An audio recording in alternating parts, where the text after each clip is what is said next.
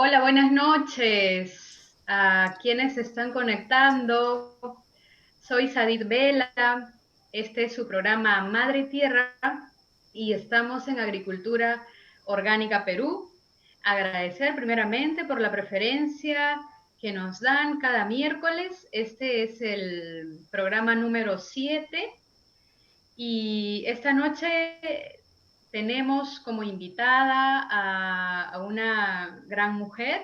Ella es Josefina Guamán, más conocida como Pina. Ella es socióloga con estudios de posgrado en Ciencias Sociales por la Pontificia Universidad Católica del Perú, donde ejerce la docencia desde 1974.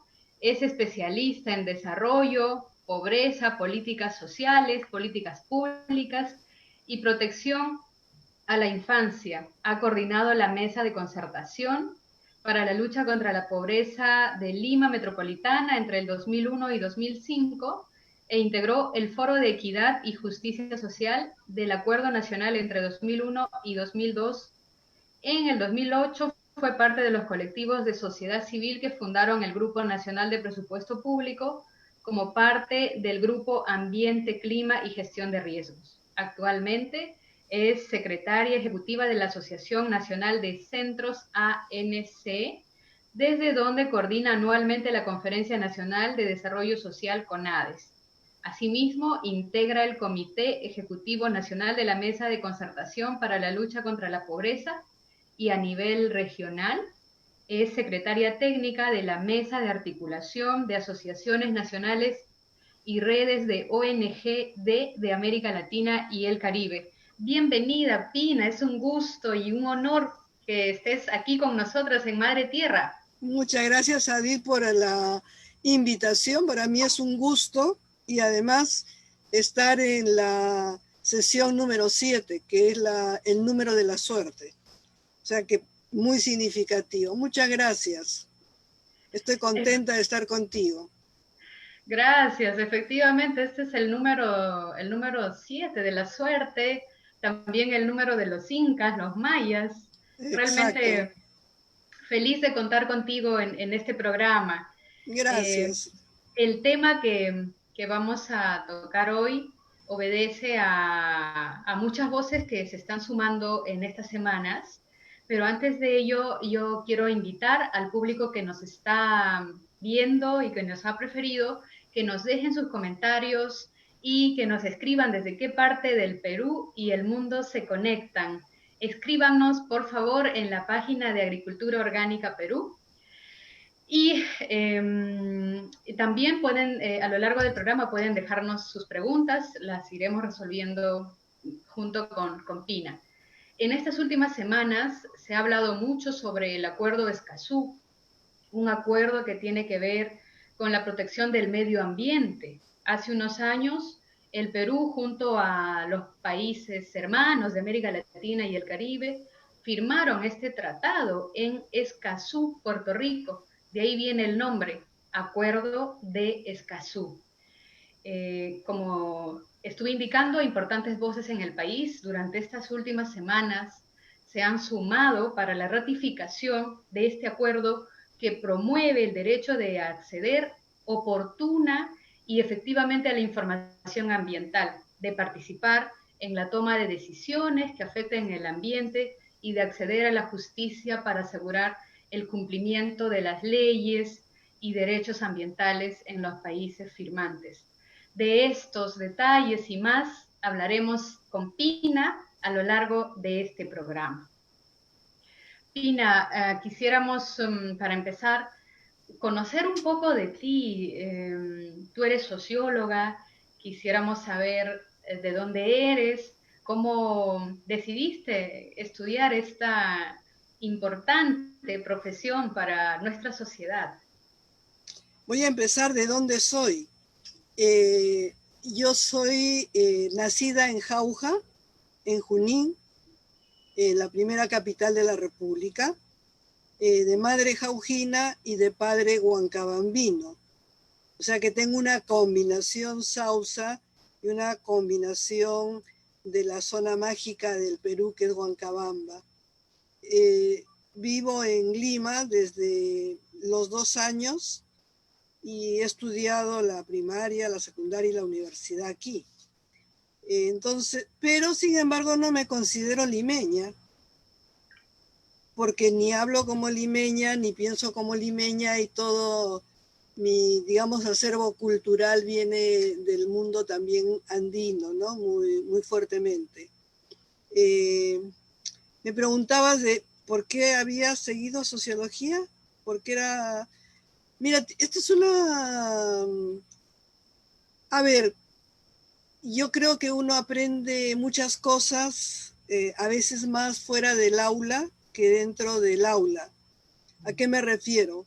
Cuando yo estaba en la secundaria, ingresé, era muy traviesa, no era de las que tenía mejor conducta. Sin embargo, me invitaron a formar parte de lo que era la Juventud Estudiantil Católica en esa época. Y me echaron el ojo, no sé por qué, y eso marcó mucho lo que fue mi vida personal, porque parte de la metodología era el ver, juzgar y actuar, y el juicio siempre tiene que ser un juicio con datos de la realidad. Bueno, eso fue parte de mi formación, y cuando entré a la universidad, yo pensaba estudiar psicología porque quería entender el comportamiento de las personas. Sin embargo, tú sabes que en la Católica hacemos 2 años de estudios generales antes de elegir profesión. En las vacaciones, entre terminar los 2 años de letras y pasar a facultad, el Centro Federado hizo un curso que se llamaba el Curso de Realidad Social Peruana, con Fernando Lecaros, que es un sociólogo de la Universidad de San Marcos, muy conocedor de la realidad y con una metodología muy drástica para el estudio, muy especial, debo decirlo. Y ese curso marcó mucho mi reelección, porque mi interés por entender el Perú y por entender sus problemas me llevó a cambiar rápidamente de rumbo y entrar a lo que va a ser después la Facultad de Ciencias Sociales, en el área de sociología, ¿no? Y porque yo quería entender la realidad de mi país, los problemas del país, porque no basta solamente conocer, sino comprender en las múltiples dimensiones, ¿no? Yo soy de las científicos sociales que no hago una división drástica entre el politicólogo, el sociólogo y el antropólogo, porque en realidad la ciencia social es unitaria porque la realidad es única, ¿no? Y me enamoré de las ciencias sociales porque me ayudó a entender, y me ayudó también a entender lo que yo hacía fuera de la universidad, ¿no? Y por eso te digo, muchas cosas yo las aprendí en el patio de letras, las aprendí fuera en los cursos que armábamos entre nosotros, en los canales que te permitía la universidad de contacto con la realidad, en el mundo urbano o en el mundo rural. Y eso fue. Y bueno, estoy feliz porque si un hijo dice que va a ser sociólogo, los papás se preocupan porque mucho campo de trabajo remunerado pareciera que no hay, pero siempre va a haber un lugar para cualquier cosa que hagamos, un lugar para entender la realidad, para lo que sea, para cualquier profesión. Si no entiendes el país en el que estás, se producen esas rupturas, ¿no? Entre políticas públicas que se dan porque no hay conocimiento de la realidad, por más buena voluntad que puedan tener los decisores políticos, ¿no? Los decisores, la cooperación internacional, por más buena voluntad que tengan, a veces no se entienden bien los procesos.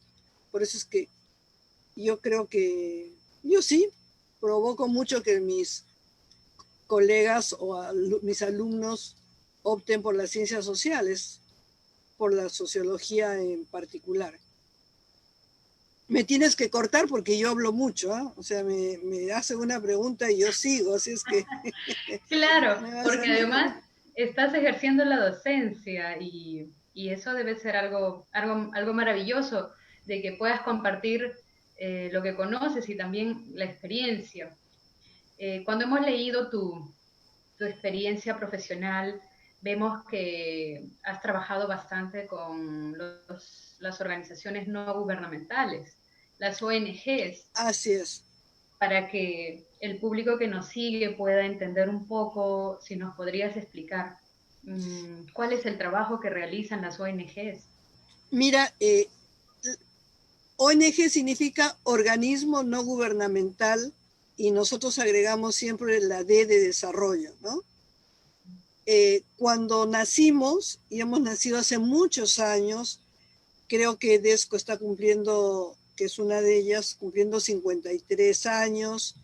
El Instituto de Estudios Peruanos tiene mucho más que eso porque es la más antigua. Y hay una hornada de organizaciones que se formaron en el 80 que tienen más de 40 años ahora. Y nunca nos llamamos ONG. Nos llamábamos centros, por eso es Asociación Nacional de Centros, donde yo trabajo, centros que eran de investigación, centros de promoción y centros de desarrollo. Y porque pensábamos que conocer la realidad era muy importante, pero en una relación muy estrecha con la realidad y con actores y actoras y expresadas en gremios, lo que nosotros llamamos los sujetos de derechos, ¿no es cierto? Y establecimos una relación pedagógica, que es que tú no es que enseñas porque tú sabes y el otro no sabe, ¿no? Esa figura de la pizarra vacía donde viene el profesor y explica, sino que el aprendizaje y el conocimiento, digamos, la verdad, no es lo que yo digo, sino la verdad es en el proceso de la interacción del educador y el educando.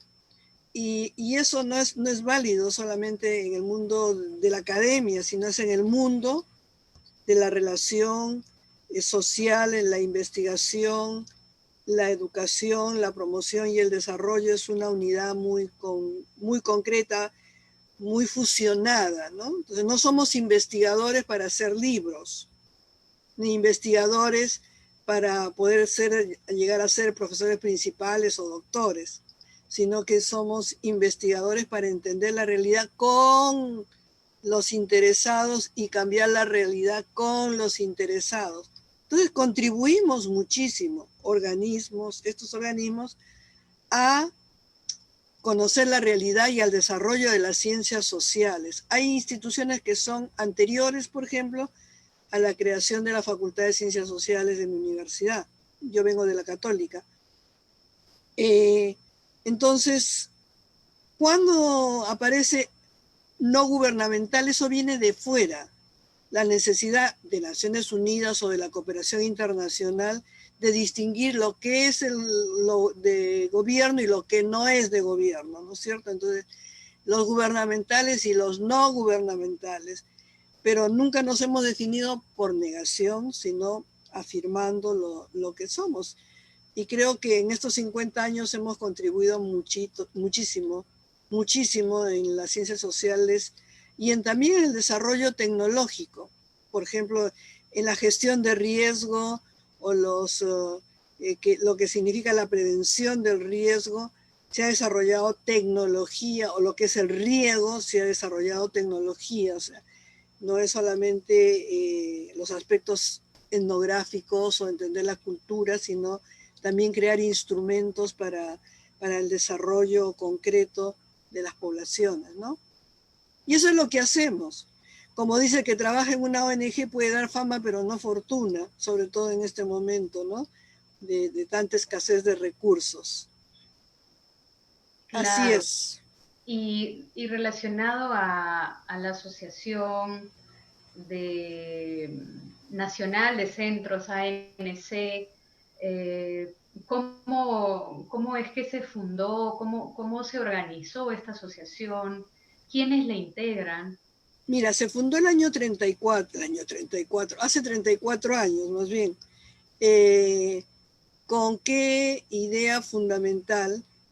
Con la idea de que habíamos varios que mirábamos con el mismo enfoque de desarrollo, que mirábamos con la misma validez y respeto y admiración por las diversas formas de organización en el campo, en la ciudad, que queríamos transformar con políticas públicas la realidad, y nos dimos cuenta que la articulación de las experiencias y los saberes es clave, y que también como formamos parte, como debe ser cualquier científico en cualquier ciencia, nos planteamos siempre preguntas, y todas las preguntas son críticas a la realidad. También los gobiernos, y a veces el Estado como tal, pero los gobiernos o tenían nos veían como una competencia, y a veces imaginaban que teníamos muchos recursos, y entonces quisieron siempre poner términos rígidos, legales, de normatividades especiales para controlar aquello que podía ser hasta ahora, ¿no? Si tú trabajas por el medio ambiente, eres antiminero, y si eres antiminero ya sabes todo lo que eres también. Entonces es de alguna manera un gremio de este tipo de instituciones, ¿no? Y somos más de 82 a nivel del país, en un momento y una época difícil, porque como llegamos a ser un país de renta media alta, la cooperación en general pensó que ya nos vamos de aquí, y eso nos generó algunos problemas fundamentales para el funcionamiento, ¿no? Así es. Y ustedes, en base a estas organizaciones o en el marco de las labores que realizan a través de la Asociación Nacional de Centros, se trabaja el tema de desarrollo. Tú misma lo has mencionado, ¿no? El término de organizaciones no gubernamentales, y se agrega el término de desarrollo. ¿Qué Sí, entendemos por desarrollo y qué siempre, rol cumplen los diferentes actores, tanto el claro. Estado, la sociedad civil, las empresas? Mira, ¿por qué decimos de desarrollo? Porque hay organismos no gubernamentales que incluso están inscritos en APSI, que es la Agencia Peruana de Cooperación Internacional, eh, que hacen trabajo de asistencia alimentaria o otro tipo de asistencia. Un ejemplo de ellos puede ser Cáritas del Perú, o los Cáritas diocesanas. En el caso nuestro, no somos organismos para dar asistencia, sino para generar con la gente políticas que puedan desarrollar sus capacidades. ¿Qué entendemos por desarrollo? Yo tenía que hacer una explicación larga de dónde viene la palabra desarrollo, ¿no? La idea de desarrollo es desenvolver la capacidad de algo. Y desarrollo ha estado muy vinculado, o sea, en el imaginario, incluso en las ciencias sociales, desarrollo ha estado muy vinculado a los cambios que se dan en la época de la Ilustración, ¿no? De pasar de sociedades donde no pasaba nada, la gran revolución industrial donde se producen cambios de muchos niveles, incluido la familia, y donde entonces este mundo industrial aparece como el mundo del progreso. Y en esa idea es que desarrollo está vinculado a la noción de progresar, ser mejor, y eso está vinculado a la idea de desarrollo industrial y urbanización básicamente, ¿no? Y entonces la idea de desarrollo ha estado vinculada también a que necesidades básicas a la que tiene derecho cualquier persona solamente por el derecho a existir, el derecho a una vida sana, el derecho a una educación, el derecho a la protección social, forman parte de esas concepciones. Entonces, para nosotros, desarrollo tiene una visión más integral, no es igual que crecimiento económico. Y eso creo que tiene que ser clarísimo, ¿no? Como se dice, hemos tenido estos años una narrativa quiere decir como un cuento excesivamente optimista de que habíamos crecido, y la pandemia nos ha jalado a la realidad y nos ha dicho, mire, por más que había crecimiento económico, nuestra estructura mantenía la desigualdad, las brechas sociales, y las dificultades de nuestra naturaleza nunca fueron superadas, y por lo tanto los pueblos indígenas que están en las zonas más difíciles de nuestra naturaleza no han sido atendidas. Entonces, una primera idea clara, que desarrollo no es igual que crecimiento, sino que significa que el ser humano tiene múltiples dimensiones. Por ejemplo, la espiritual, no hay que ser creyente para desarrollar el aspecto espiritual. Entonces tiene que tener una sociedad que te permita la libertad para creer, la libertad para desarrollar aspectos que la sociedad puede considerar secundaria, la libertad y por lo tanto la democracia en un sentido de igualdad, ¿no es cierto?, de igualdad real para todos. Entonces, una noción compleja de desarrollo. Hoy, en los últimos años, hemos sido cuestionados incluso con esa visión más compleja y más integral de desarrollo. ¿Por quién?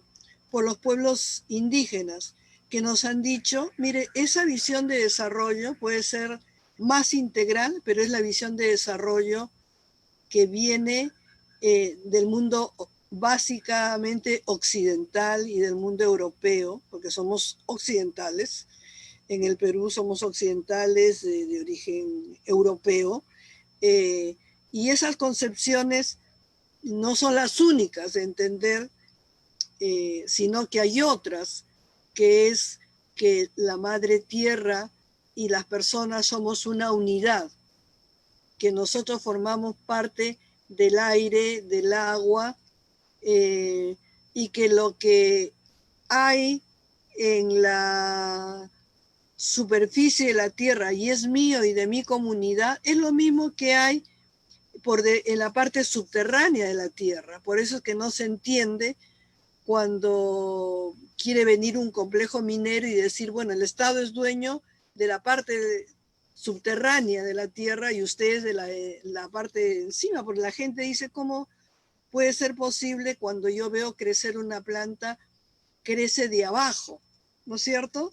Entonces hay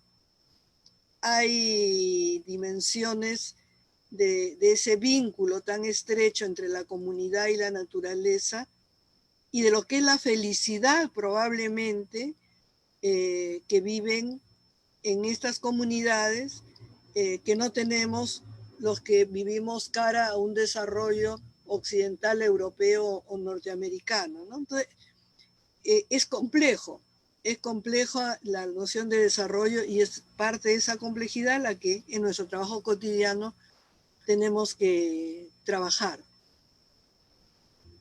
Por eso tú párame, te digo, porque a mí me dan una pregunta y yo sigo. Pero sí, es interesante realmente escucharte, Pina, eh, el camino que has recorrido en fomentando proyectos de desarrollo, proyectos de integración, lo que tú manifiestas. Y este espacio es realmente para escucharte y para conocer, y también para que las personas que nos están viendo y nos están escuchando conozcan y a la vez se reconozcan, porque al momento en que tú hablas de que desarrollo es integrarse, es conocer en qué espacio, en qué territorio estamos en este momento y en este momento, en los momentos en el que interactuamos con la familia, la comunidad, interactuamos con el aire, el sol y, y todo lo que nos rodea. Entonces, sí es necesario conocerlo. En ese sentido, también hace unos años, bajo acuerdos internacionales, se ha decretado los objetivos de desarrollo sostenible. Y Claro, entonces estamos en ese camino. ¿Cómo, desde tu perspectiva y tu experiencia, cómo analizas este tema? mira, primero los objetivos de desarrollo sostenible son una continuidad con un salto cualitativo de lo que fueron las metas del milenio, ¿no es cierto? En el 2000, los Estados reunidos en Naciones Unidas se preguntaron, bueno, ¿qué vamos a hacer abriéndose el milenio? Y se plantearon 8 objetivos. La evaluación de esos objetivos de las metas del milenio fue no necesariamente optimistas en el sentido que se habían logrado todos los objetivos, porque, por ejemplo, nosotros seguíamos teniendo tasas de desnutrición por micronutrientes altísimas, y en otras cosas ya las metas del milenio habían sido pensadas más en función a los indicadores que vive la gente en África, y nosotros ya lo habíamos superado. O sea, por ejemplo, el acceso a la educación primaria, ya habíamos hace tiempo llegado al 98-99%, no eran muy exigentes. Creo que los objetivos que se plantean el 2015, que son aprobados el 2015 en septiembre por los estados, que significa una negociación entre los estados, es un salto cualitativo porque trata de integrar todas estas conferencias que hubieron en toda la década del 90 al 2000, la de nutrición, la de hábitat, la de mujer, la de población y la de desarrollo, que fue la primera en Copenhague.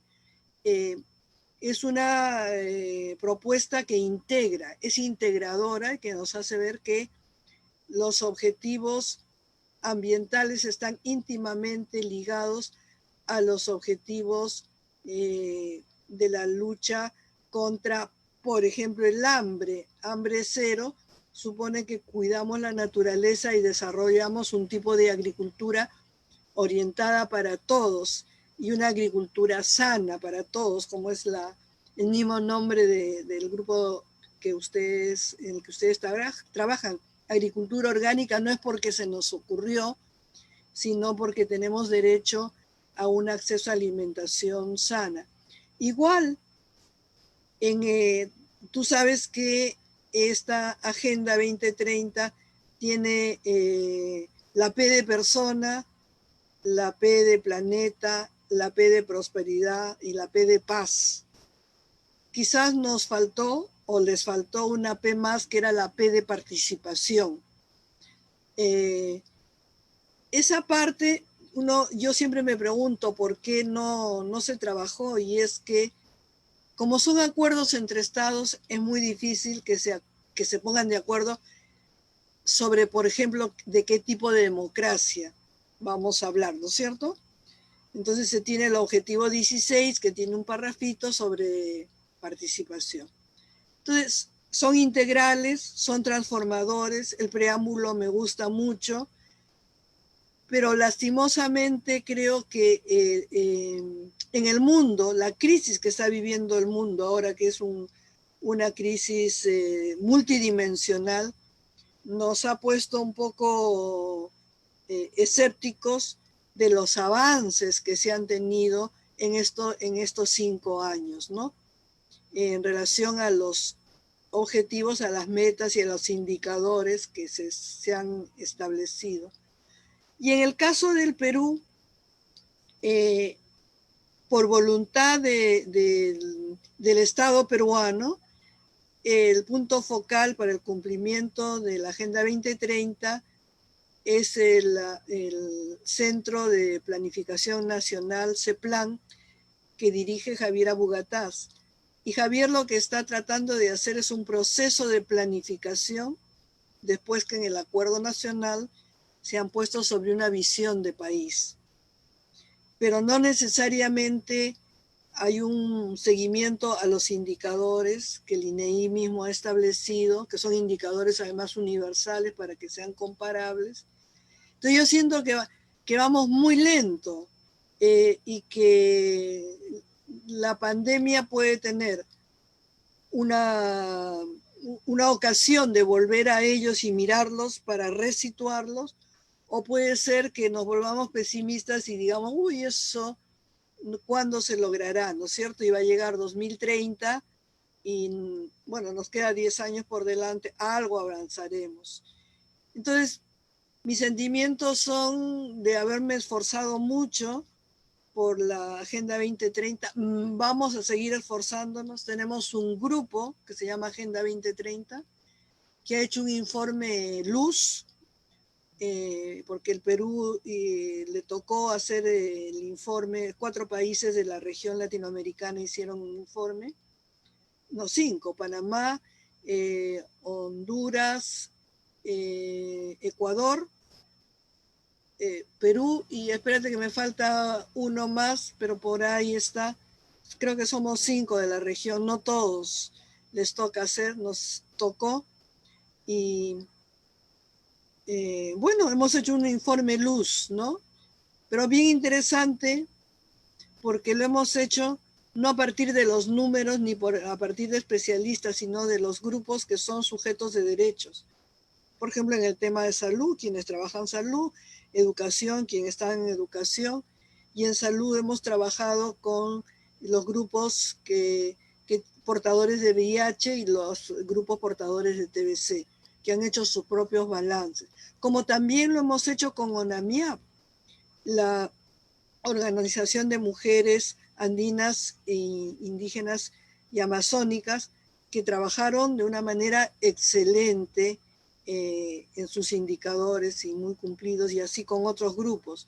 Entonces estamos en la redacción final porque al trabajar muchos también, aunque teníamos un esquema común, cada quien responde un poco distinto. Entonces tenemos la versión final, pero hicimos un evento latinoamericano donde cada quien expuso el informe luz y fue muy interesante.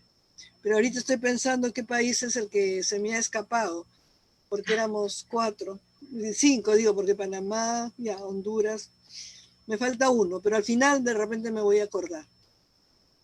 Claro, realmente es importante que sigamos avanzando bajo esta agenda que mencionas y que el mundo también lo está trabajando. Ahora mismo en la mañana veía que España se reunió con muchas de sus autoridades y organismos para poner esta agenda como prioridad para el gobierno. Y creo que solo así vamos a poder realmente cumplir con estos objetivos que se han propuesto, ¿no? Que es cero pobreza, contaminación, etcétera. Ahora, Claro. en la comunidad internacional, y es el tema que nos trae hoy, existen varios acuerdos internacionales y uno de ellos es el acuerdo de Escazú. Entonces, Pina, quisiera que nos expliques al público de qué trata este acuerdo. El acuerdo fue aprobado el 4 de marzo del 2018. Vale la pena apuntar esas fechas, ¿no es cierto? Tampoco es que hace muchísimo tiempo, del 2018.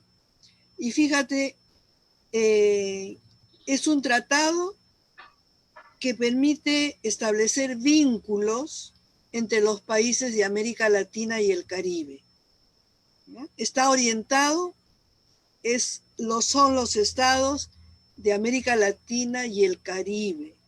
¿Y por qué hago énfasis en este punto? Porque si hacemos un recuento, no tenemos o han ido fracasando los acuerdos de integración regional. Todavía tenemos el acuerdo de lo que fue el Pacto Andino, el acuerdo firmado en Cartagena para los países andinos, que si le hubiéramos hecho caso en esta época que fue antes que terminara la década del 80, otra sería la situación probablemente de la región andina. ¿De quiénes son la región andina? Ecuador, Colombia, Venezuela, Bolivia y Perú. Somos 5.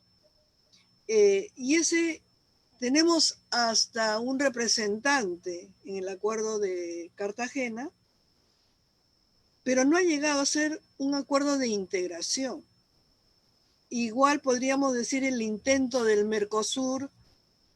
¿Quién se acuerda de esos intentos en este momento? Entonces, como región, tenemos la OEA, pero sabemos que la OEA no participa, está en Washington, aunque a Estados Unidos no le gusta mucho la OEA. Y tenemos un secretario general uruguayo en la OEA, que uno dice, bueno, ¿cómo la OEA no dice nada sobre lo que está pasando en Honduras? En Nicaragua en este momento. Lo que está pasando en Nicaragua es gravísimo. ¿Y por qué la OEA no dice nada? Pero sí, ¿y por qué no dice nada la OEA sobre el bloqueo que sigue habiendo sobre Cuba, ¿no? Siendo Nicaragua un país que está violando derechos humanos y democracia, ¿no? Entonces, tampoco tú sientes que es un organismo fuerte. El año pasado, el antepasado, ya como el tiempo va volando, tuvimos en el Perú la Asamblea General de la OEA. Y la Asamblea General de la OEA era democracia y lucha contra la corrupción. Bueno, ¿cuáles son los mecanismos que se ha generado? Entonces, volviendo a tu pregunta, me parece muy importante que se haya planteado este mecanismo porque puede, en un tema neurálgico como es el ambiental, por el tipo de naturaleza que nosotros tenemos la obligación de preservar, que se fortalezcan vínculos entre los países, entre los estados de la región de América Latina y el Caribe. Entonces, el 4 de marzo del 2018 se aprueba y se ratifica, los estados los ratifican en la Asamblea de Naciones Unidas el 27 de septiembre de ese mismo año, 2018. Ahora, no fue el presidente de la República el que fue a ratificar, ¿no?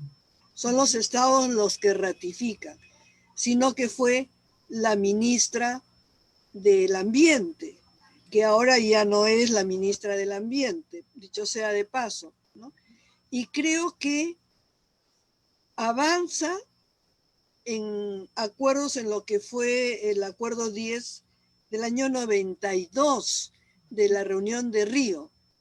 Mira que yo fui a Río, o sea que ya mis añitos tengo, pero ese tiempo era bastante más joven, en la reunión de Río donde se estaban planteando los pininos para entender los temas ambientales, los temas de la tierra, se hablaba en la cumbre de la tierra en ese momento, ¿no es cierto? Entonces, retoma lo que se hizo en el 92, retoma también lo que fue la COP, en la COP de París, que fue la COP 21, después la anterior fue acá en el Perú, ¿no? Que significa el acuerdo de las partes, la COP en París, donde se establece, digamos, el marco referencial de defensa del ambiente, de la tierra. Y luego, en lo que tú me has preguntado con anterioridad, que son los objetivos de desarrollo sostenible, la Agenda 2030, varios de sus objetivos del 13 en adelante, 13, 14, 15 creo, en adelante, a lo mejor me equivoco de números exactos, ustedes lo pueden ver, retoman los temas ambientales. O sea, si se toma con esa fuerza, quiere decir que este tema es muy importante.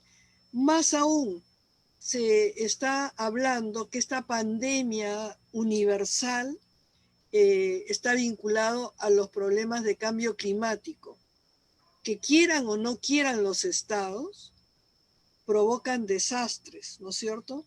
El calentamiento global, en la época en que todos hemos estado recluidos en las casas, la producción ha bajado y hemos tenido un ambiente más limpio. Una vez que se reactiva la economía, volvemos a ensuciar el ambiente y producimos gases de efecto invernadero, que es lo que se trata, hay la promesa de bajarlo, ¿no? Entonces yo creo que es central, es central. Y otra idea que quisiera resaltar es que se plantea este acuerdo como en una perspectiva de derechos. Eso es importante, porque el derecho quiere decir que son obligaciones que se tienen que cumplir porque estás respetando todas las dimensiones de la vida de la gente. Independiente del valor que tengan las personas, sea rico, pobre, etc., todos tenemos por igualdad de la condición humana y de la dignidad humana de tener los mismos derechos. Entonces todos, tú y yo, el campesino, el mundo amazónico, las comunidades indígenas, los trabajadores del campo o de la ciudad, todos tenemos el mismo derecho a vivir sanamente en un ambiente sano. Esa perspectiva de derecho que a veces uno la dice rapidito, es una implicancia muy fuerte. No basta ponerle en un papel esto tiene perspectiva de derecho, sino entender el derecho nos está diciendo que somos iguales, ¿no? Aunque seamos diferentes, somos iguales. Y no es para unos y no para otros, sino para todos. ¿Por qué? Porque simplemente por el hecho de ser seres humanos. Entonces, este tratado, como tú seguramente sabes, sí, tiene tres aspectos fundamentales. El derecho al acceso a la información, tú lo dijiste al inicio. ¿Por qué? Porque uno tiene que conocer su territorio y saber las potencialidades que tiene su territorio en todos los campos, en el campo del agua, de su suelo, de sus bosques, de sus riquezas minerales, de su producción agrícola. Entonces, tener información, y es una información a la cual tenemos todos el derecho de acceder. ¿Por qué? Porque todos somos peruanos o peruanas. Y si bien el Estado peruano tiene, tiene el acordado la transparencia en la información, no es suficientemente transparente porque la información viene empaquetada de una manera que no es necesariamente entendible. Entonces tiene que haber un esfuerzo porque la información sea difundida y sea una información entendible para todos. Y que todos sepamos que podemos tocar la puerta y decir, la ley me ampara para que tú me informes. No hay que hacer trámites extras, ¿no? Y por eso hay que construir ciudadanía. El ciudadano es que el que es se sabe que es portador de derechos. Mira, siempre cuando yo hablo de estos temas dicen, ay, sí, también de obligaciones. Yo digo, fíjate, cierto, de obligaciones también, pero claro. ¿Por qué cuando a la gente más sencilla le recuerda su derecho, levanta la mano a algunos y dice sus obligaciones? ¿Por qué? Porque tenemos todavía una visión servil de que la mayoría de nosotros hemos tenido obligaciones, pagar diezmos y el trabajo gratuito, ¿no es cierto? Y cuando decimos, no, yo tengo derecho al trabajo digno, entonces que no me recuerden mis obligaciones porque las obligaciones han sido ancestrales y han estado al servicio de la, digamos, de la riqueza ajena, ¿no es cierto? Basta leer crónicas y... La historia del Perú. La historia del Perú. Entonces, por eso creo que saber que yo tengo derecho a la información de mi país y de mi territorio, tenemos que hacerlo con el empoderamiento de saber que somos ciudadanos sujetos de derechos. Por supuesto. Segundo, es el derecho a la participación pública. Y esto pues es, como dicen los chicos, too much para las autoridades, ¿no es cierto? ¿Por qué digo eso? Porque, mira, seguramente tú y también Víctor y varios, nos ha tocado ir a muchos países de la región por el trabajo o por lo que sea. Y cuando uno cuenta que en el país, en el Perú, desde el 2001, tenemos la Mesa de Concertación de Lucha contra la Pobreza, que desde el 2002 tenemos el Acuerdo Nacional donde participan partidos, sociedad civil y gobierno, que tenemos una ley que dice que hay que hacer, los planes tienen que ser concertados, que además la ley dice que tienen que haber consejos de coordinación local, consejos de coordinación regional, que cada sector tiene que tener los consejos de participación. Todo el mundo te dice, la democracia es una democracia participativa y no solamente representativa y delegativa en el Perú, ¿no? No solamente porque votas y eres representativa o delegativa, ya voté, ya que él se encargue de lo que hace, sino que es participativa. Lamentablemente, lo que hemos ganado en estos años lo estamos perdiendo, porque cada uno de esos espacios no son transformadores de realidad. No estuviéramos viviendo la crisis sanitaria, la crisis económica y la crisis política que estamos viviendo en este momento, que al decir de Gramsci sería una crisis revolucionaria cuando se juntan todas estas cosas, no tendríamos esas crisis si realmente los diversos niveles de participación fueran respetados por las autoridades, ¿no es cierto?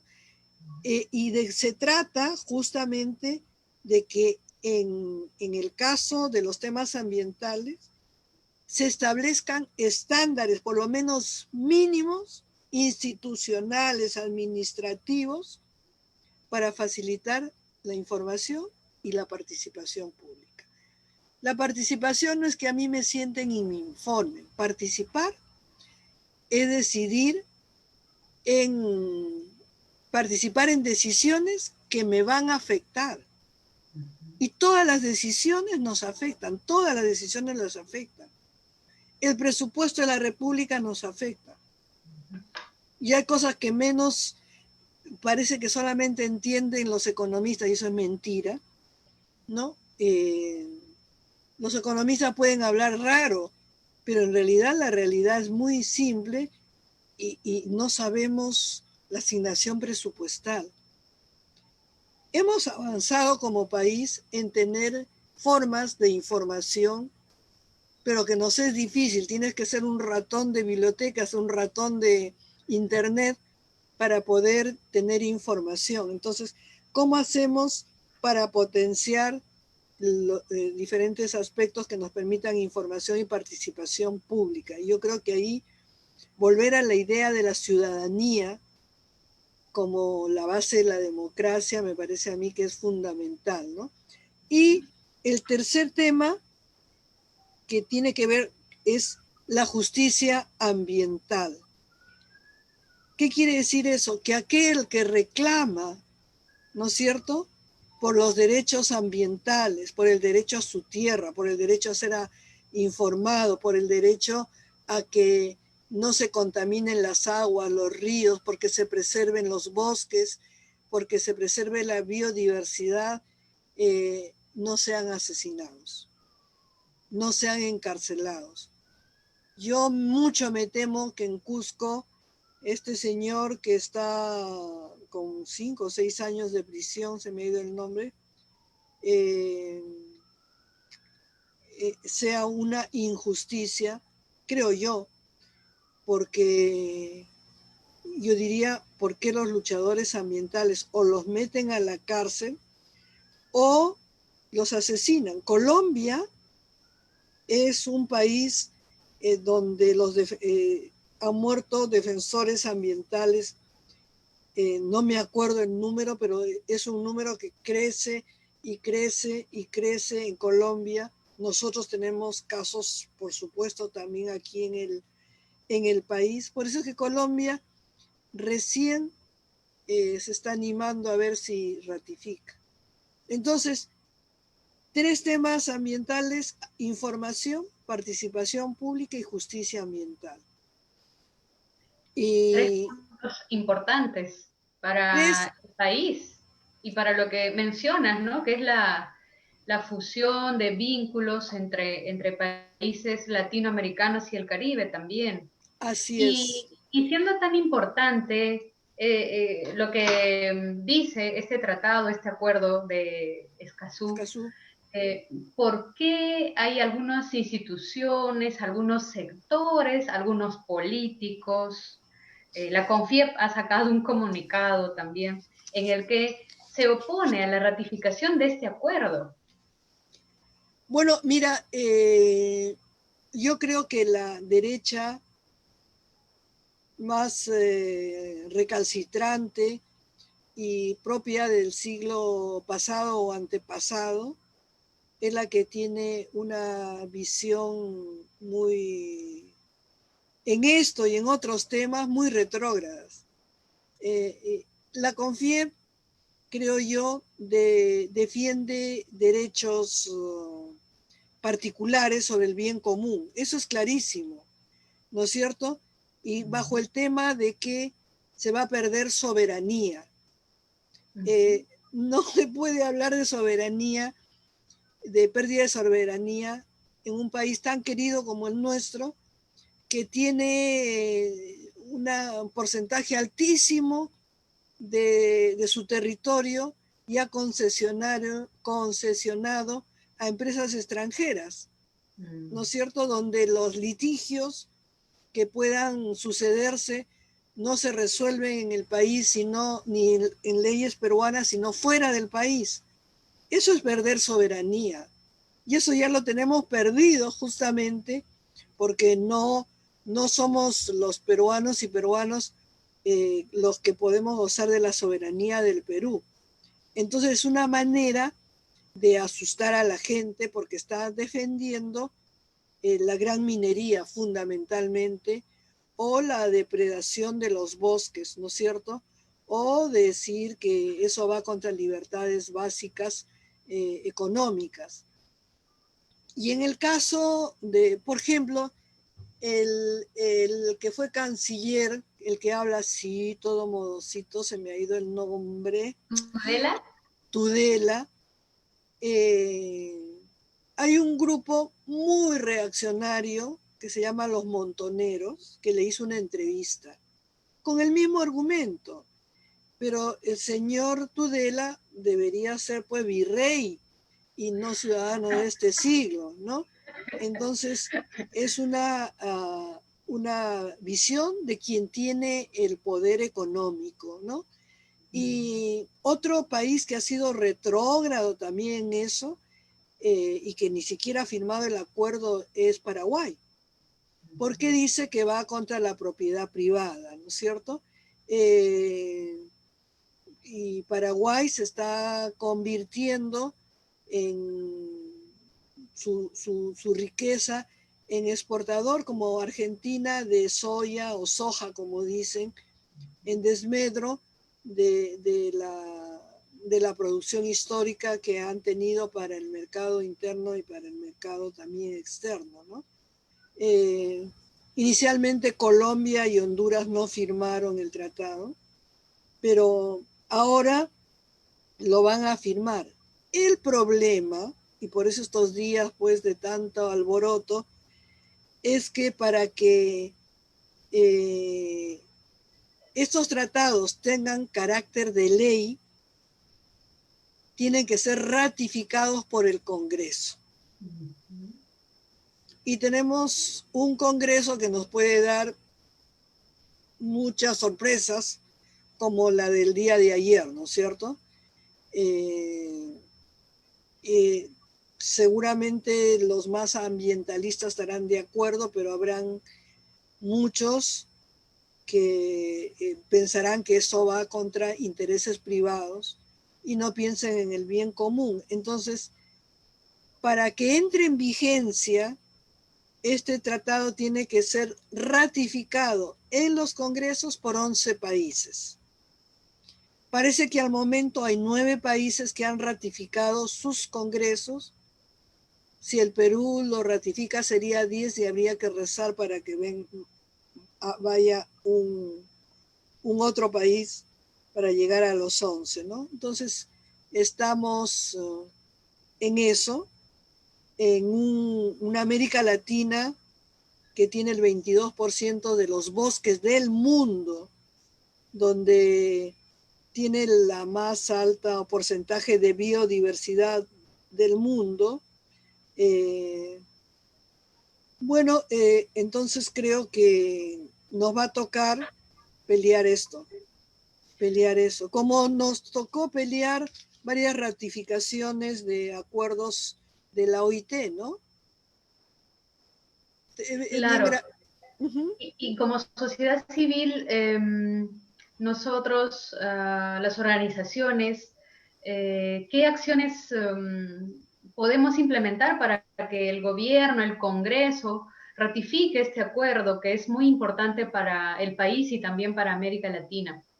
Mira, felizmente, digo yo, hay articulaciones, a pesar de que la pandemia nos separa, los medios como los virtuales nos juntan, a veces con mucha más frecuencia.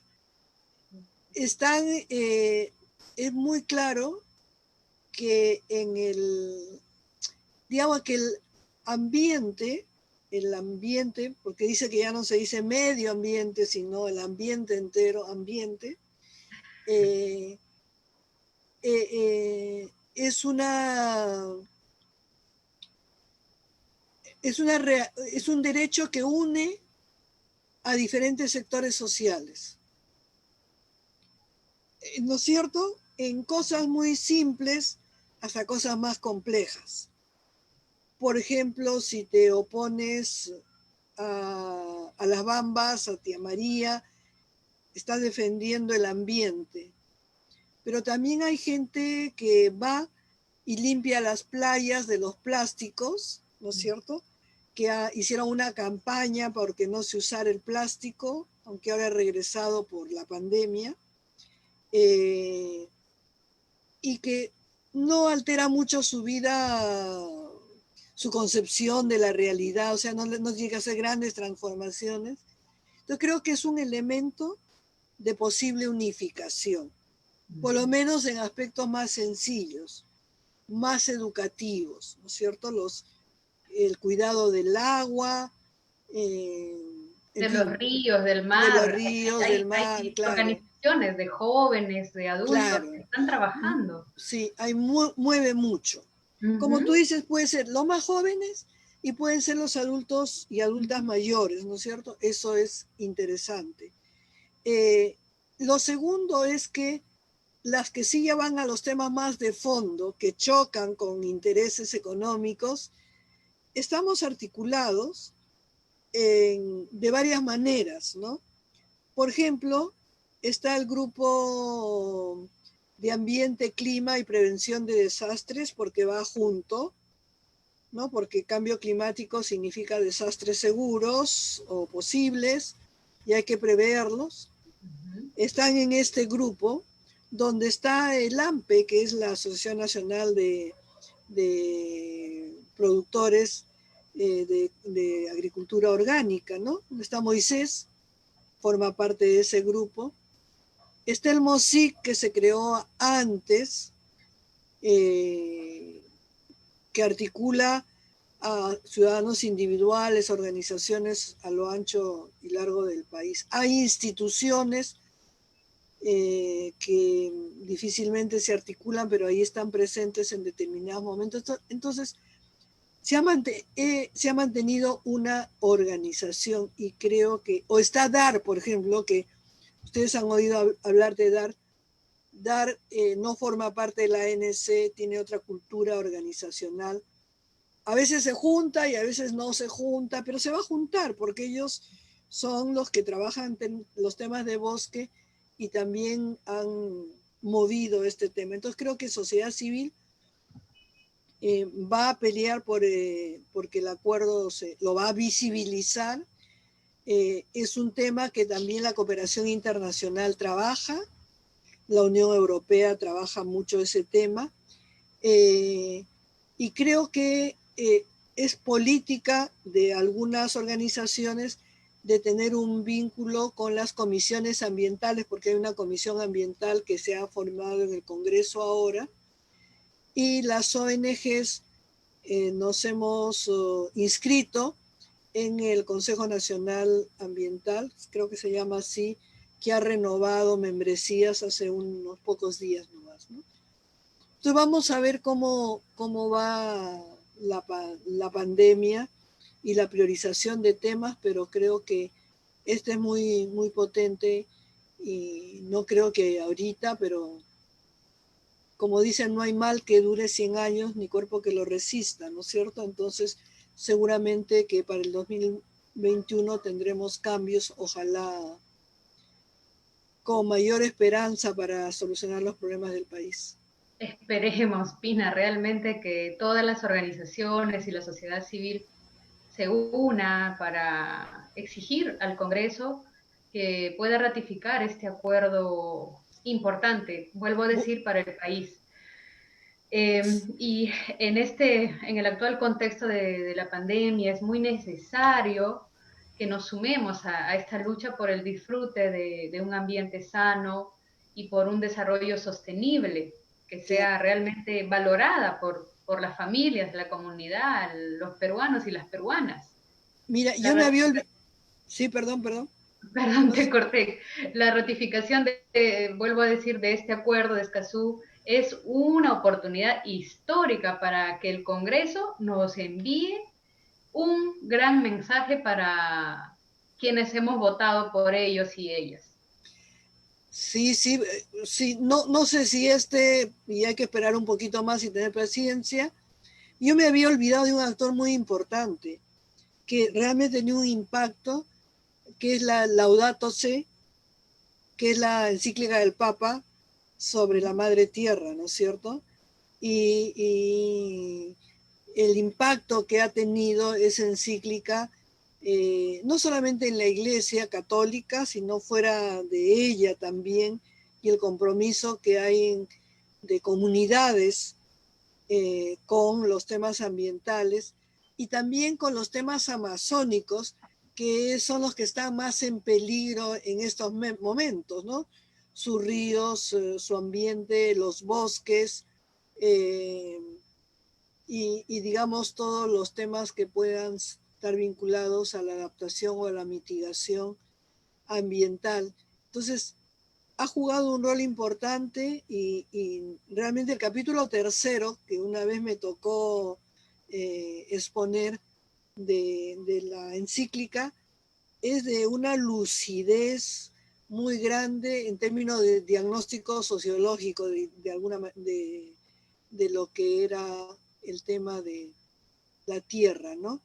Y por eso con la venida del Papa, él fue a las zonas más álgidas de la Amazonía, donde este es un tema de una reivindicación y un derecho muy importante, ¿no?